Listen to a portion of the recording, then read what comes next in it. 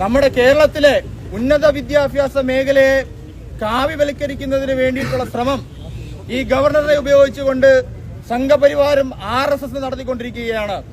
ആ പ്രതിരോധത്തിന്റെ ശബ്ദമാകാൻ ഇവിടെ എത്തിച്ചേർന്നിരിക്കുന്ന മുഴുവൻ സഖാക്കളെ ആദ്യം തന്നെ ഞാൻ അഭിവാദ്യം ചെയ്യുകയാണ്.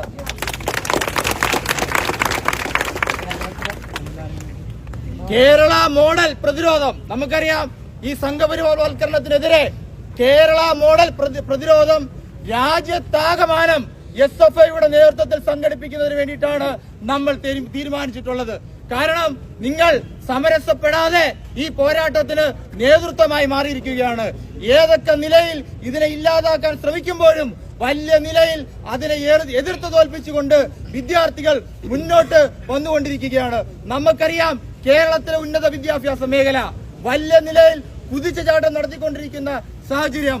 കേരള സർവകലാശാല, കേരളത്തിനകത്ത് വിവിധ സർവകലാശാലകൾ വിവിധ ഗ്രേഡിംഗിൽ, നാക് ഗ്രേഡിംഗിൽ, NIRF ഗ്രേഡിംഗിൽ, അതോടൊപ്പം തന്നെ വിവിധ നിലയിൽ പരിശോധിക്കുമ്പോൾ രാജ്യത്തിന് തന്നെ മാതൃകയായി ലോകത്തിനാകമാനം തന്നെ ശ്രദ്ധ നേടുന്ന നിലയിലേക്ക് നമ്മുടെ കേരളത്തിലെ വിദ്യാഭ്യാസ മേഖല മാറിക്കൊണ്ടിരിക്കുന്നു. രാജ്യത്തെ ഏറ്റവും മികച്ച 100 ക്യാമ്പസുകൾ എടുത്താൽ ആ 100 എണ്ണത്തിൽ 13 എണ്ണം കേരളത്തിലെ ക്യാമ്പസുകളാണ്. ആ കേരളത്തിലെ 13 ക്യാമ്പസുകളിൽ നിന്ന് സമരവുമായി എത്തിയ വിദ്യാർത്ഥികളാണ്. ഇവിടെ ആ 13-ൽ ഉൾപ്പെടുന്ന ഒരു ക്യാമ്പസാണ് തിരുവനന്തപുരം യൂണിവേഴ്സിറ്റി കോളേജ്. അതിലുൾപ്പെടുന്ന മറ്റൊരു ക്യാമ്പസാണ് വഴുതക്കാട് വിമൻസ് കോളേജ്. ആ നിലയിൽ നമ്മുടെ ഉന്നത വിദ്യാഭ്യാസ മേഖല വലിയ കുതിച്ചുനാട്ടം നടത്തുമ്പോൾ എന്തിനാണ് ഈ ഗവർണർ ഈ നിലയിൽ ഇടപെട്ടുകൊണ്ടിരിക്കുന്നത്? മറ്റൊരു കാരണവുമില്ല. കാരണം രാജ്യത്തെ കേരളത്തിലെ തൊഴിലാളിയുടെ മകൻ, കർഷകരുടെ മകൻ, മത്സ്യത്തൊഴിലാളിയുടെ മകൻ അല്ലെങ്കിൽ കർഷകരുടെ മക്കൾ ഇന്ന് മറ്റ് സംസ്ഥാനങ്ങളിൽ നിന്നെല്ലാം വ്യത്യസ്തമായി ഉന്നത വിദ്യാഭ്യാസ മേഖലയിലേക്ക് കടന്നു പോകാൻ സാധിക്കുന്നുണ്ട്. മറ്റ് സംസ്ഥാനങ്ങൾ പരിശോധിക്കുമ്പോൾ ഈ നിലയിൽ പിന്നോക്ക വിഭാഗത്തിലുള്ള തൊഴിലാളിയുടെ മക്കൾക്ക് ഒന്നും ഇപ്പോഴും സ്വപ്നം കാണുന്ന നിലയിലേക്കാണ് അവിടുത്തെ ഉന്നത വിദ്യാഭ്യാസ മേഖല. പക്ഷേ കേരളത്തിലോ രാജ്യത്തിനാകമാനം തന്നെ മാതൃകയായി കേരളത്തിൽ ഉന്നത വിദ്യാഭ്യാസ മേഖല മാറി.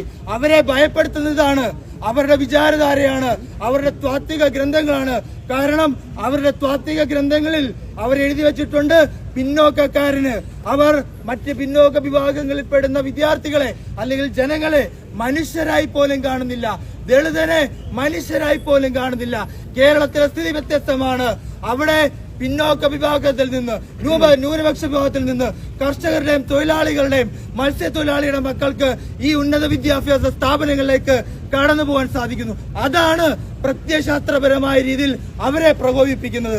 ആ നിലയിൽ സാധാരണപ്പെട്ട വിദ്യാർത്ഥികൾ അവർക്കെതിരെ വിരൽ ചൂണ്ടുന്നതാണ് അവരെ പ്രകോപിപ്പിക്കുന്നത്. സംഘപരിവാറിന്റെ ചാതുർവർണ്ണ വ്യവസ്ഥയെ ഇവിടെ പ്രതിരോധിക്കുന്നത് കൊണ്ടാണ് ഗവർണർ ഈ നിലയിലുള്ള നടപടി സംവിധാനങ്ങളുമായി മുന്നോട്ട് പോയിക്കൊണ്ടിരിക്കുന്നത്. ഞങ്ങൾക്കൊന്നേ പറയാനുള്ളൂ, ഇന്ന് ഇവിടുത്തെ ഗവർണർ അർലേക്കർ മോഹൻ ഭഗവതിന്റെ കൊട്ടേഷനുമായിട്ടാണ് ഇവിടെ വന്നേക്കുന്നത്.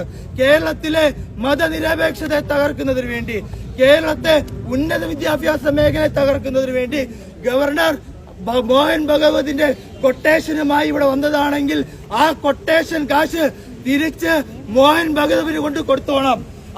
ആ നിലയിലുള്ള ഇടപെടൽ കേരളത്തിനകത്ത് ഞങ്ങൾ നടപ്പിലാക്കാൻ അനുവദിക്കത്തില്ല. ശക്തമായിട്ടുള്ളൊരു പ്രതിരോധം കേരളത്തിനകത്ത് ഞങ്ങൾ ഉയർത്തിക്കൊണ്ടിരിക്കും. ഈ പ്രതിഷേധം നടക്കുമ്പോൾ കേരളത്തിലെ പ്രതിപക്ഷ നേതാവ് ആരാണ് എന്നുള്ളൊരു ചോദ്യം ഉദിക്കുന്നു. VD സവർക്കർ ആണോ, VD സതീശനാണോ?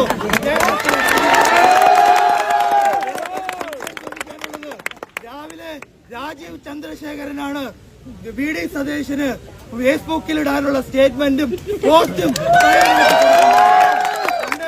ശ്രീനിവാസനും തിലകനും ഒരു ഡയലോഗ് ഉണ്ടല്ലോ നാടോടിക്കാറ്റില്, ചേട്ടന്റെയും എന്റെയും ശബ്ദം ഒരുപോലെ, VD സതീശന്റെയും ശബ്ദം ഒരുപോലെ കേട്ടുകൊണ്ടിരിക്കുകയാണ്. ഞങ്ങൾക്കൊന്നേ പറയാനുള്ളൂ, RSS നമുക്കറിയാം അരലേർക്കര് ഗോവയിൽ നിന്ന് വന്നാണ് ഈ നിലയിൽ കാവിക്കൊടിയിൽ ദീപം കത്തിക്കുന്നതിന് വേണ്ടി വന്നത്. പക്ഷേ നമുക്ക് സതീശനുള്ള വിധേയത്വം, RSSനോടുള്ള വിധേയത്വം അറിയാം.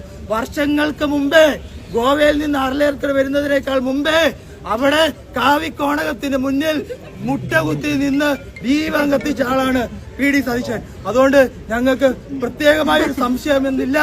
കേരളത്തിനകത്തെ RSSകാരനായി രാജീവ് ചന്ദ്രശേഖരനേക്കാൾ വലിയൊരു RSSകാരനായി BJPക്കാരനായി PD സതീശൻ മാറിയിരിക്കുന്നു. പക്ഷേ കോൺഗ്രസിനകത്തുള്ള മതനിരപേക്ഷവാദികൾ ഇത് തിരിച്ചറിയുന്നുണ്ട്.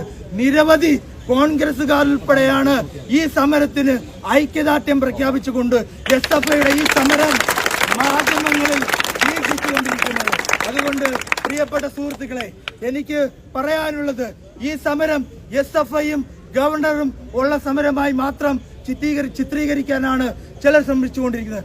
ഈ സമരം വിദ്യാർത്ഥികളും RSSും തമ്മിലുള്ള സമരമാണ്. ഈ സമരം RSSും മതനിരപേക്ഷവാദികളും തമ്മിലുള്ള സമരമാണ്.